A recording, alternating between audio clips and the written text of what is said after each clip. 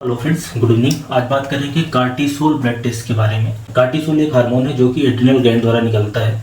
तो इसी के बारे में बात करेंगे कि ये टेस्ट क्यों करवाया जाता है, किन लोगों में ये बढ़ता है, किन लोगों में घट जाता है, नॉर्मल वैल्यू कितनी होती है, कितनी में टेस्ट हो जाता है, करवाते समय किन बातों का ध्यान रखना है, ये सब लोग बात करेंगे। तो कार्टिसोल हार्मोन की बात करें तो ये ब्लड में भी करवाया जाता है, यूरिन में भी करवाया जाता है, सलाइवा में भी करवाया जाता है।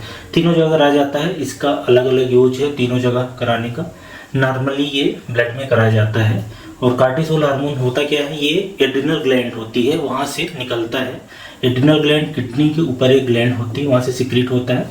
और कार्टिसोल हार्मोन एड्रिनल ग्लैंड से निकले इसके लिए एक पिट्यूटरी होती है ब्रेन के अंदर, वहाँ से सिग्नल आता है, वहाँ से ACTH हार्मोन निकलता है, एडिनोकार्टिकोट्रोपिक हार्मोन रहता है, उसके इन्फ्लुएंस में निकलता है।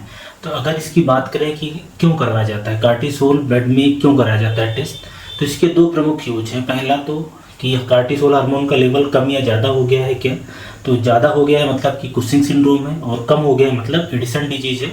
और दूसरा ये चेक करने के लिए कि एड्रिनल ग्लैंड या पिट्यूटरी ग्लैंड ठीक से काम कर रही है कि नहीं। तो एड्रिनल और पिट्यूटरी ग्लैंड अपना काम कर रही है सही से, उसके लिए कार्टिसोल का लेवल देखा जाता है।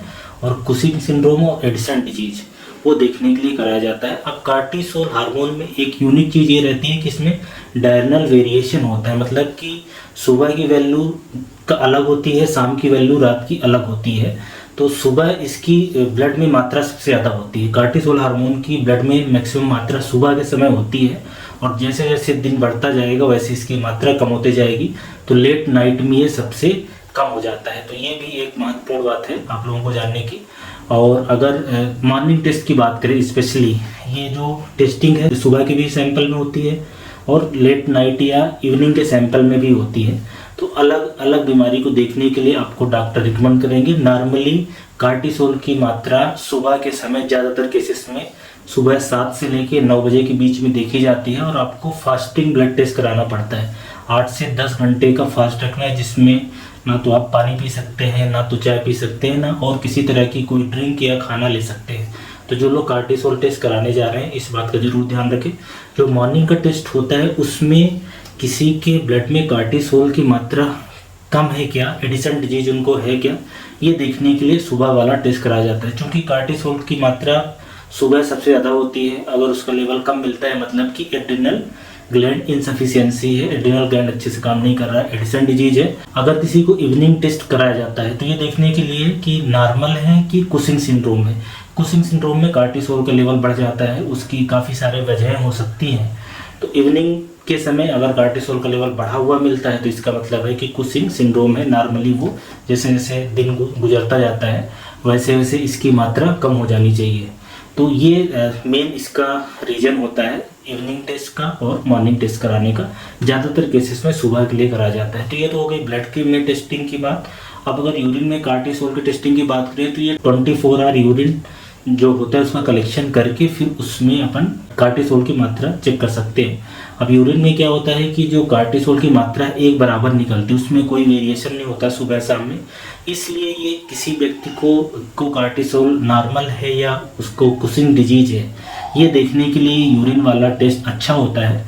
और ऐसे ही अगर सलाइवा में कार्टिसोल की टेस्टिंग की जाए तो सलाइवा में फ्री कार्टिसोल निकलता है। तो ऐसे लोग जिनके शरीर में टोटल सीरम प्रोटीन की मात्रा कम है, उस केसेस में सलाइवा में कार्टिसोल कराया जा सकता है। तो ब्लड में, यूरिन में और सलाइवा तीनों में कार्टिसोल हो सकता है।